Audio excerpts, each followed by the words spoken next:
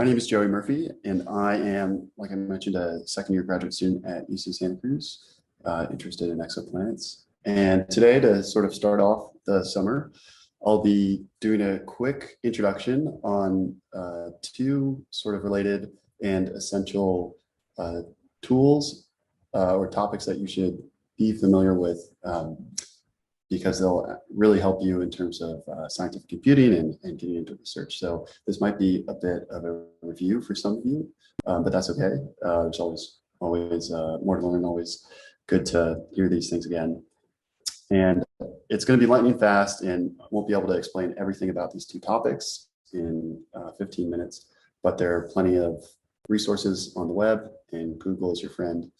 And you'll also practice some of the skills that we'll talk about and learn about new ones that we didn't have a chance to cover today with the assignments that you'll do this week. Okay, so I'm going to be talking about Unix and Git. And just to start off, what is Unix? Well, you might have heard people mention Unix before, or Linux. Unix is the first portable operating system, essentially. It was developed back in the 70s. And by portable, I mean that it is able to be distributed on different or used across different computing platforms. So someone using iOS, for example, could use it. Somebody using Android could also run Unix. And that's because it's written in the C programming language, which makes it portable, but also very fast.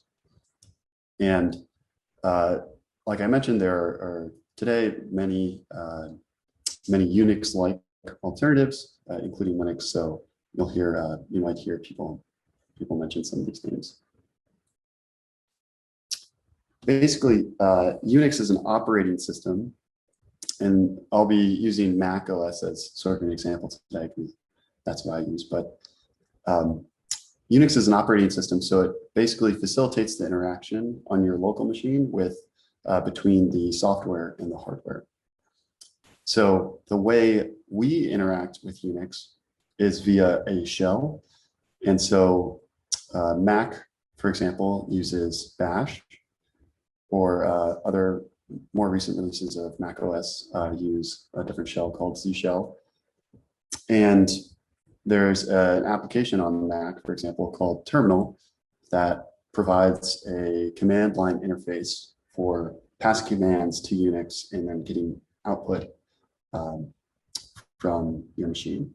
So this is kind of like the lowest level way to interact with your computer's operating system.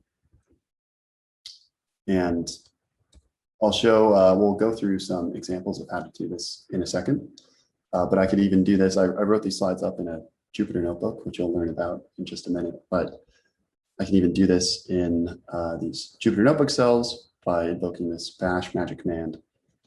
And so here is a common Unix command that you'll probably end up using all the time, pwd, which prints your working directory. And it basically tells you where in the whole file system of your computer are you currently located.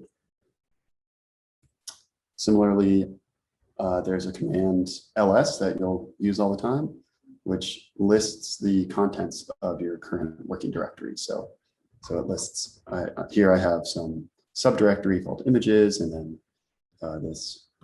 this IPython notebook and the HTML file containing the slides. Okay, so we're interacting with Unix by passing it command line arguments. And this is just a screenshot of what that would look like in Terminal, but we'll go through and do a live example in just a second. Okay, so I'm gonna just cover right now a handful of sort of essential Unix commands that are good to know. Don't worry about memorizing them all right now. You can go back and refer to these slides later. And also, if you just Google Unix commands cheat sheet or something, you'll get a ton of results of very helpful PDFs that you can just save or print out and tape right above your desktop, so you never forget. But so we already covered sort of these two basic ones, pwd and ls, which kind of shows you where you are and what's around you, and orients yourself within your computer's file directory or file tree.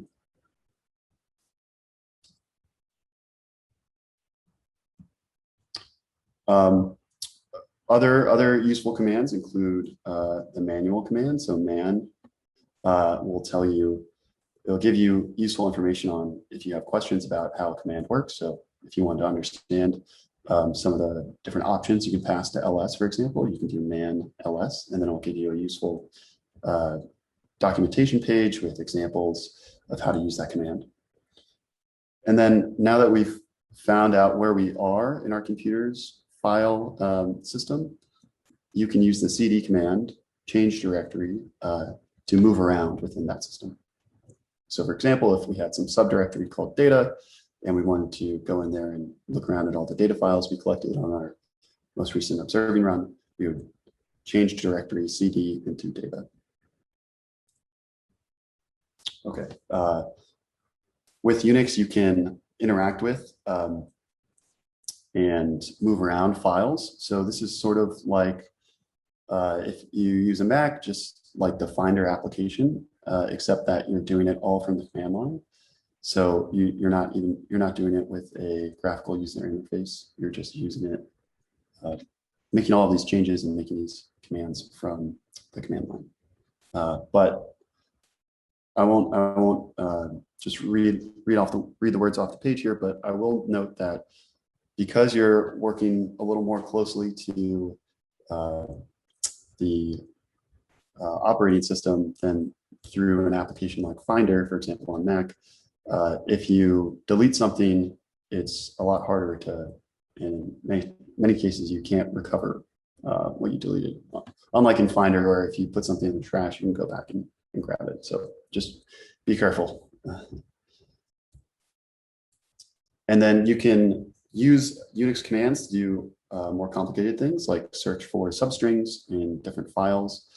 And you can also even combine Unix commands with the pipe operator, for example. So the pipe operator can send the output from one command, like ls, and send that to be the input for another command, like grep. So a useful example I always have for using grep and the pipe operator is when I'm checking if I've already installed a Python package or if I need to install it. So I'll do something like pip freeze, pipe, grep, and then the Python package that I want to look for, or something like if you're using conda list, grep. And then that'll tell you what version of that Python package you have if it's already been installed. Okay, and more Unix commands for writing to or inspecting files from the command line, which can be convenient. And as we'll work in an example in a minute, this can be useful if you're doing repetitive tasks and you need to combine these commands in a script, for example, if you're writing enumerated output or something to file, and you don't want to do that all by hand.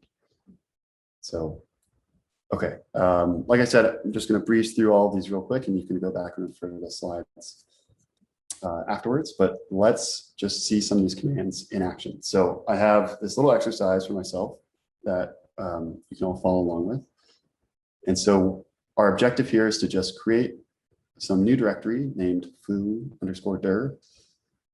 We'll cd into that directory, write a hello world message in a text file from the command line, show the contents of that text file, make a copy of it, and then place the copy in a new subdirectory.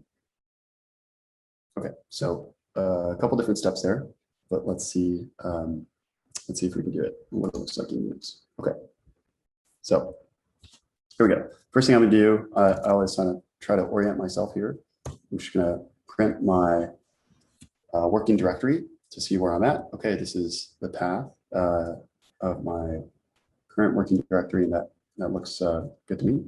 And also ls just to see what's already in here. So some slides, some subdirectories that aren't super important right now, but okay, this all looks good.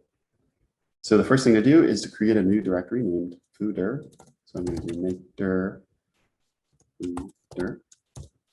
Now, if I do ls, and I'm going to append these additional options to it just to give myself a nicely formatted output, I see footer is now a subdirectory that we just created. And these different options, you can read about them on the ls man page, but L gives us this long extended output. T sorts everything by the time it was last edited, and R makes sure the newest thing is at the bottom. Okay, so now we're going to cd into footer. And we are going to write a hello world text file from command line. So I remember there was this command called cat, and then the greater than operator. Let's call the text file foo.text. And now cat plus the greater than symbol will take input from us directly from standard input. So just type right here, I'll hit enter and then control D to get out. And now let's see if that actually worked. Okay, cool. Yeah, so I'm just using the more command to display the contents of the foo.txt file, and it looks like it worked. Great. Okay, so now the next step is to make a copy of this text file. Let's just check. Yeah, this is the only file in our current working directory right now. So we'll do cp foo.txt, and let's just call it foo copy. And now if I do ls again, we have both foo and foo copy should say the same thing. Okay. And now we're going to place that copy in a new subdirectory. So make their foo subdir, and then move foo copy. CD in the foo subdir. Ls, there's our copy. Okay.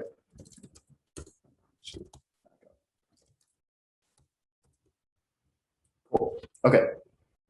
So there we go.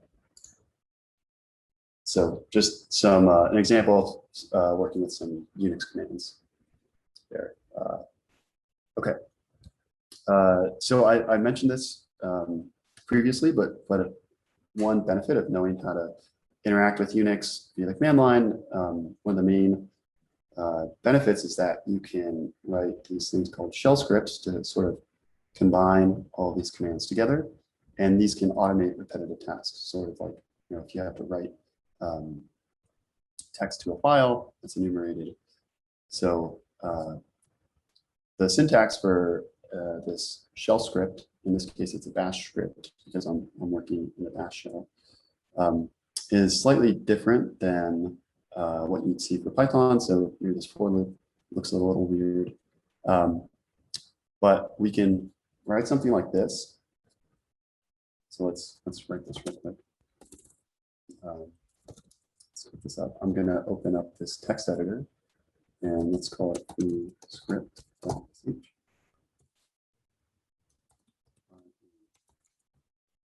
So we're in a for loop, do,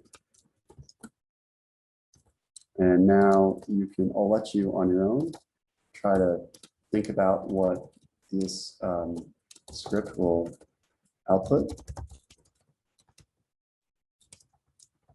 before I run it.